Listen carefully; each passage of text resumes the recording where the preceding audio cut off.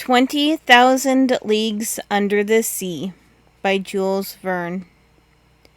Part 1, Chapter 5. At a Venture. The voyage of the Abraham Lincoln was for a long time marked by no special incident. But one circumstance happened which showed the wonderful dexterity of Ned Land and proved what confidence we might place in him.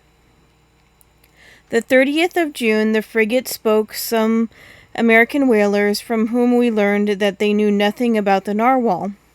But one of them, the captain of the Monroe, knowing that Ned Land had shipped on board the Abraham Lincoln, begged for his help in chasing a whale they had in sight. Commander Farragut, desirous of seeing Ned Land at work, gave him permission to go on board the Monroe. And fate served our Canadian so well that instead of one whale, he harpooned two with a double blow, striking one straight to the heart and catching the other after some minutes' pursuit. Decidedly, if the monster ever had to do with Ned Land's harpoon, I would not bet in its favor. The frigate skirted the southeast coast of America with great rapidity. The 3rd of July, we were at the opening of the Strait of Magellan, level with Cape Verges. But Commander Farragut would not take a tortuous passage, but doubled Cape Horn. The ship's crew agreed with him, and certainly it was possible that they might meet the narwhal in this narrow passage. Many of the sailors affirmed that the monster could not pass there, that he was too big for that.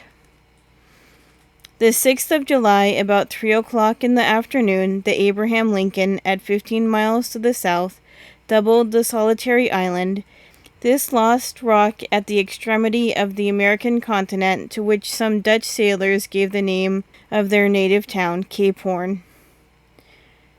The course was taken towards the northwest, and the next day the screw of the frigate was at last beating the waters of the Pacific.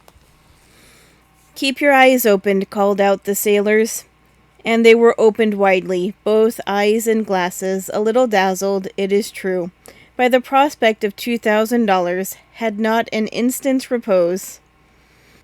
Day and night they watched the surface of the ocean, and even nyctalopes, whose faculty of seeing in the darkness multiplies their chances 100-fold, would have had enough to do to gain the prize.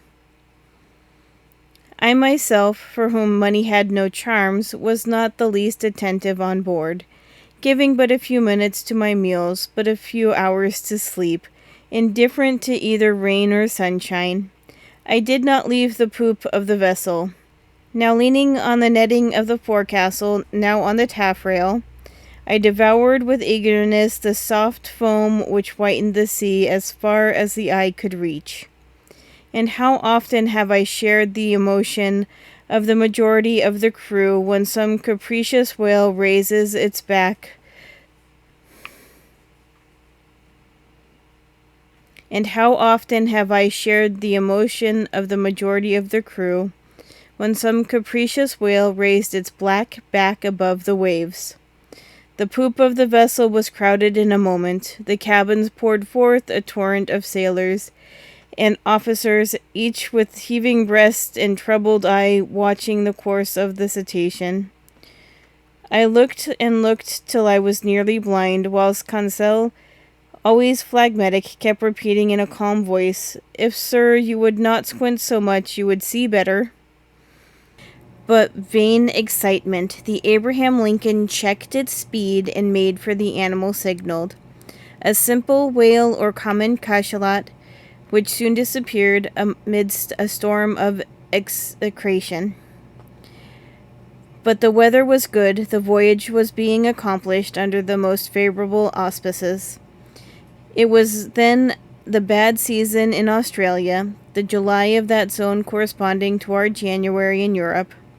But the sea was beautiful and easily scanned round a vast circumference. The 20th of July, the Tropic of Capricorn was cut by 105 degrees of longitude, and the 27th of the same month we crossed the equator on the 110th meridian. This passed, the frigate took a more decided westerly direction and scoured the central waters of the Pacific.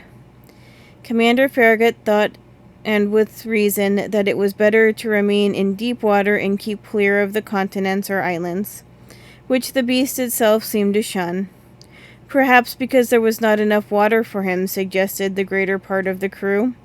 The frigate passed at some distance from the Marquesas and the Sandwich Islands, crossed the Tropic of Cancer, and made for the China Seas. We were on the theater of the last diversions of the monster, and to say truth, we no longer lived on board. Hearts palpitated fearfully, preparing themselves for the future incurable aneurysm. The entire ship's crew were undergoing a nervous excitement of which I can give no idea. They could not eat, they could not sleep. 20 times a day, a misconception or an optical illusion of some sailor seated on the taffrail would cause dreadful perspiration, and these emotions, 20 times repeated, kept us in a state of excitement so violent that a reaction was unavoidable. And truly, reaction soon showed itself. For 3 months, during which a day seemed an age, and the Abraham Lincoln furrowed all the waters of the northern Pacific, running at whales, making sharp deviations from her course, veering suddenly from one tack to another, stopping suddenly, putting on steam, and backing ever and anon at the risk of deranging her machinery, and not one point of the Japanese or American coast was left unexplored.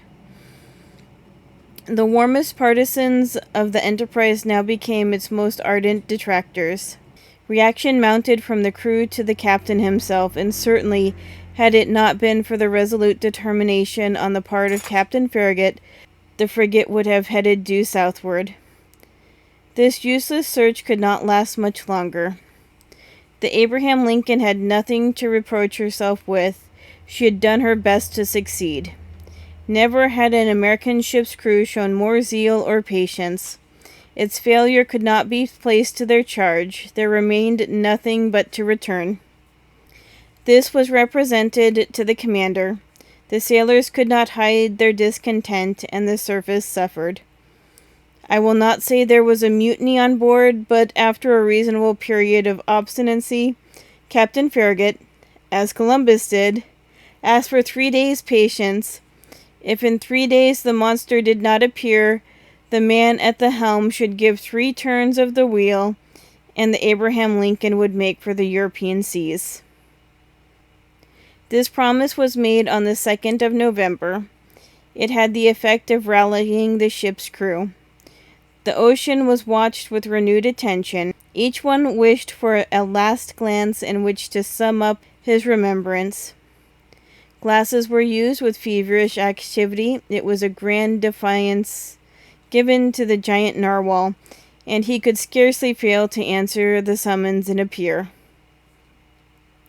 2 days passed. The steam was at half pressure. 1,000 schemes were tried to attract the attention and stimulate the apathy of the animal, in case it should be met in those parts. Large quantities of bacon were trailed in the wake of the ship, to the great satisfaction, I must say, of the sharks. Small craft radiated in all directions around the Abraham Lincoln as she lay to it, and did not leave a spot of the sea unexplored. But the night of the 4th of November arrived without the unveiling of this submarine mystery. The next day, the 5th of November, at 12, the delay would, morally speaking, expire. After that time, Commander Farragut, faithful to his promise, was to turn the course to the southeast and abandon forever the northern regions of the Pacific.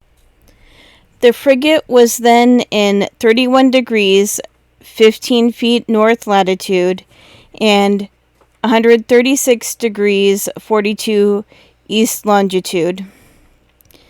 The coast of Japan still remained less than 200 miles to leeward.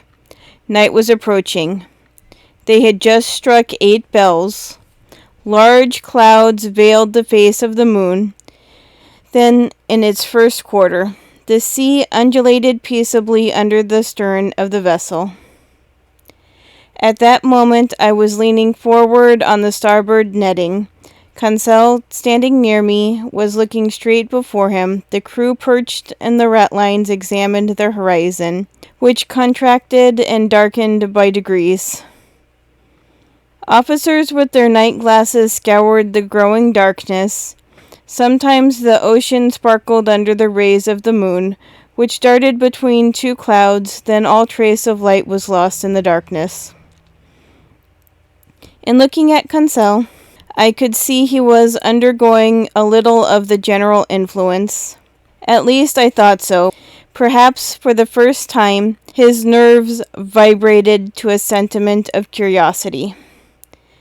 "Come, Conseil," said I, "this is the last chance of pocketing the $2,000. "May I be permitted to say, sir," replied Conseil, "that I never reckoned on getting the prize, and had the government of the Union offered $100,000, it would have been none the poorer." "You are right, Conseil. It is a foolish affair after all, and one upon which we entered too lightly. What time lost, what useless emotions. We should have been back in France 6 months ago." "In your little room, sir," replied Conseil, "and in your museum, sir, and I should have already classed all your fossils, sir, and the Barbarossa would have been installed in its cage in the Jardin des Plantes, and have drawn all the curious people of the capital." "As you say, Conseil. I fancy we shall run a fair chance of being laughed at for our pains." "That's tolerably certain," replied Conseil quietly. "I think they will make fun of you, sir. And must I say it? Go on, my good friend." "Well, sir, you will only get your deserts." "Indeed! When one has the honor of being the savant as you are, sir, one should not expose oneself to—" Conseil had not time to finish his compliment. In the midst of the general silence a voice had just been heard. It was the voice of Ned Land, shouting, "Look out there! The thing we are looking for! On our weather beam!"